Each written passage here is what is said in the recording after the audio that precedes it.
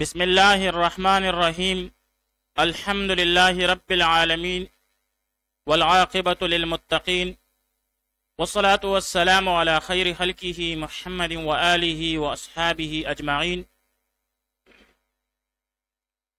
آج زاد الطالبین میں ہمارا 91واں سبق ہے، جس میں ہم حدیث نمبر 84 کا ترجمہ، لغوی و صرفی تحقیق، تشریح اور ترکیب کے بارے میں پڑھیں گے۔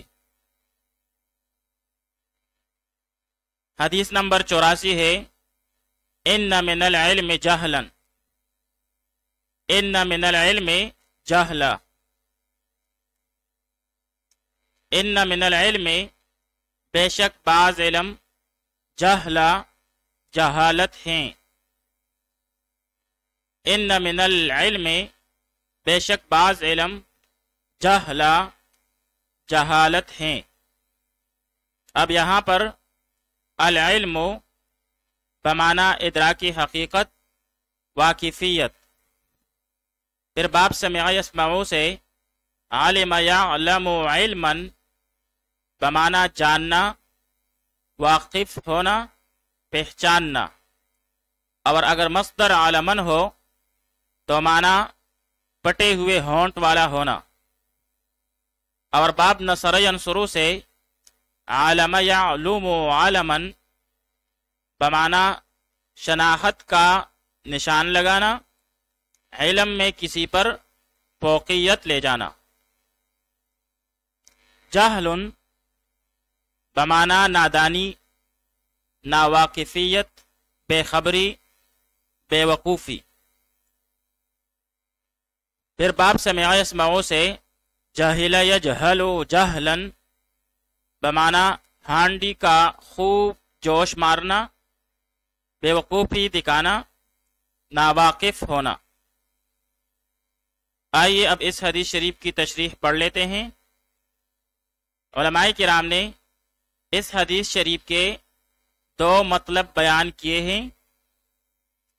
پہلا یہ کہ کوئی شخص ایسے علم میں مشغول ہو جو بذات خود فائدہ مند نہ ہو اور نہیں اس کی ضرورت ہو، جیسے علم نجوم وغیرہ، اور وہ شخص ضرورت والے علم یعنی قرآن و حدیث کو چھوڑ دے تو یہ غیر ضروری علم میں مشغول ہوا، تو یہ حقیقت میں جاہل ہی ہے۔ دوسرا یہ کہ علم تو حاصل کرے مگر اس کے مطابق عمل نہ کرے اور نہ دوسروں تک پہنچائے اور اسے فخر و نمائش کا ذریعہ بنائے، تو ایسا علم جہالت کی طرح ہے۔ امام غزالی رحمۃ اللہ تعالی علیہ فرماتے ہیں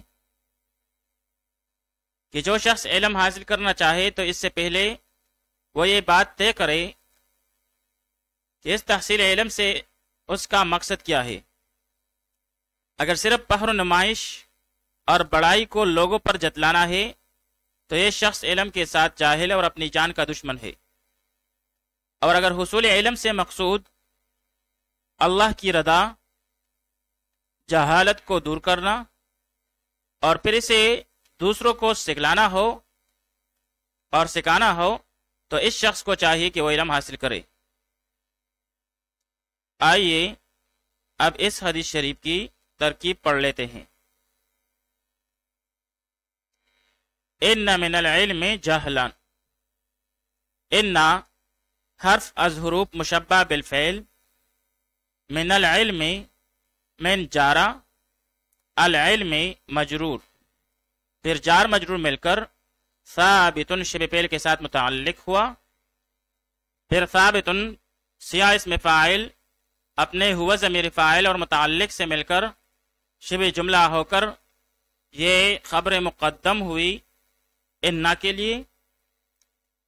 جہلن منصوب بالفتح لفظاً، یہ اس پہ مؤخر ہوا انا کے لیے، پھر انا اپنے اسم اور خبر سے مل کر جملہ اسمیہ خبریہ ہوا۔